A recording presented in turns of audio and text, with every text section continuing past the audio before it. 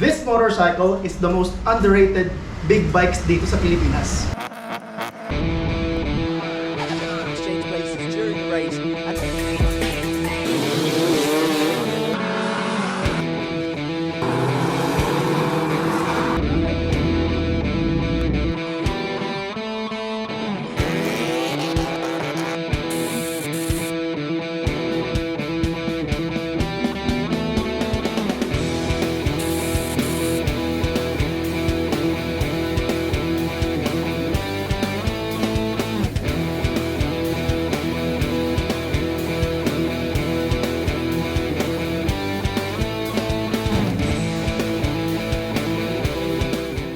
This is the Honda CL500.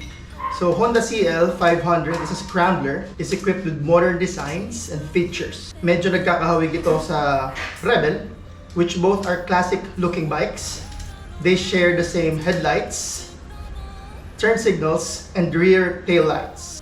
Other specs, single gauge pods. This CL500 has a different exhaust mounting. Kung mapapansin nyo, medyo kakaiba siya. Pero na-testing natin to at hindi naman siya ganun kainit. Actually, wala talagang init. The CL500 exhaust resembles the scrambler look.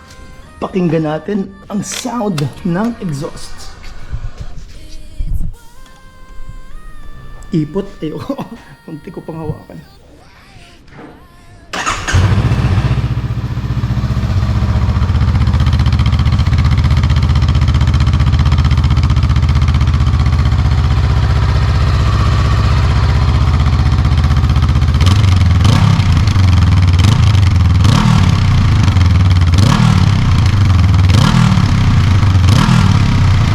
Since meron itong large heat shield, talagang kahit yung pillion rider nito, hindi talaga mapapasok. Talagang walang init. Aside from the modern retro styling, the Honda CL500 Scrambler also comes with standard set of chassis. The chassis component shares similarities with the Rebel, with having the unique features on its own. Frame is mostly same, except for the subframe and suspension setup. Ang suspension setup nito medyo mas malambot compared with the other models.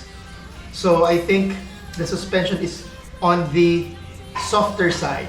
Front forks are 41mm telescopic, right side up tubes, while the rear suspension is a twin shock setup with 5-step preload adjustment. So na-adjust natin to, pwedeng palambutan, pwedeng patigasin. The bike offers 145mm or 5.7 inches of rear wheel travel and 150mm on the front travel. Despite sa scrambler looking styling nito, the Honda CL500 remains user-friendly at very fit or bagay na bagay sa mga beginner big bike riders. Its seats, napaka-friendly, only at 31.1 inches and has a ground clearance of 6.1 inch. So talagang pwede for both on-road and off-road. Front wheels are 9 inches in diameter with 110 by 80 size na tires. The rear wheel naman is 17 inches and has 150 by 70 tire. The bike's wet weight is 192 kilograms, so napakagaan, which may seem heavy.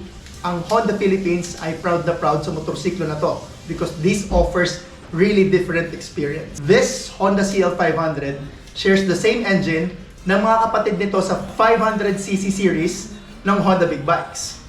The CL500, Honda Rebel, CB500X, Honda CB500R, and the Honda CBR500R. In terms of price range, medyo mataas ng konti versus the other 500 series. But of course, this offers a very different experience. With all that said, subukan na natin i-ride on road. And now, we will be testing this bike sa traffic. If I will be comparing pag kotse ako versus nagmotor, coming from Alabang all the way to EDSA will take me, I would say, 1 hour, worst 1.5 hour during this time of the day. Pero pag nakamotor, I would consider half. Imagine mo na lang sa mga na-overtake yung sasakyan. Of course, Nag-overtake tayo with caution. So mga pards, pa-exit na tayo ng Magallanes exit. So nalapasan na natin ang traffic ng Skyway, which I would say mas madali. Ngayon subukan naman natin ang traffic dito sa baba, papasok ng EDSA. I would say mas madali dun sa taas kasi grabe traffic oh. Woo! Welcome to EDSA! You hold my head underwater until I can't take no more. I wanna breathe you in, baby, but what are we fighting for?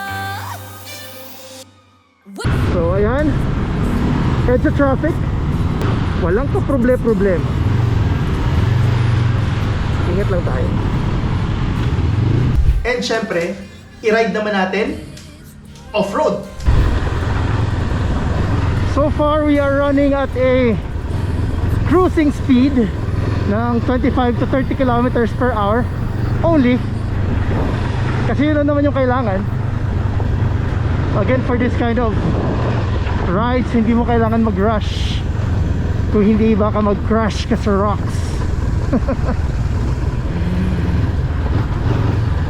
Chill ride lang to, 25 to 30 kilometers per hour na speed.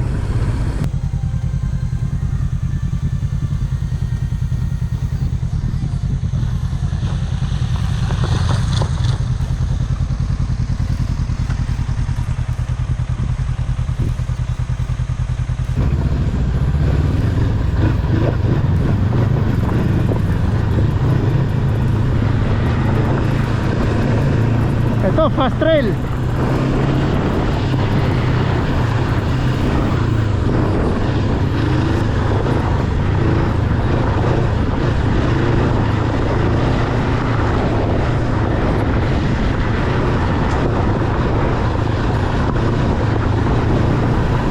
Mga 50 kilometers per hour. Pero chill pa din.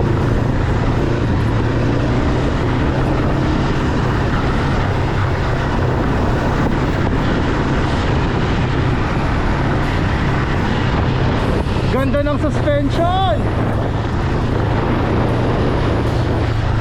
Okay, tama na. Enjoy tayo masyado. Slow down tayo konti. Sarap nun. And since hindi ito masyadong napapansin or hindi masyado na pag-uusapan dito sa riding community or sa motorcycle industry, I would say this is the most underrated big bikes dito sa Pilipinas. With all its capacity, capability, I would suggest this as a beginner bike, and para doon sa mga riders going to work every day using skyways, long rides, and a few off-road rides over the weekends. Fit na fit din ako kahit i-long ride mo, highway legal. Medyo challenging lang ng konti yung wind drag, pero manageable naman. So that is the Honda CL500. After this video, maybe hindi na siya maging underrated na big bikes dito sa Pilipinas. So for more contents, please do subscribe and like the channel. That's it for today mga pards. Sana nagustuhan yung video natin today. Lagi natin tatandaan, ilig man sa kotse o sa motor, bakit ka papipili? Hard work pays off. Pwede both.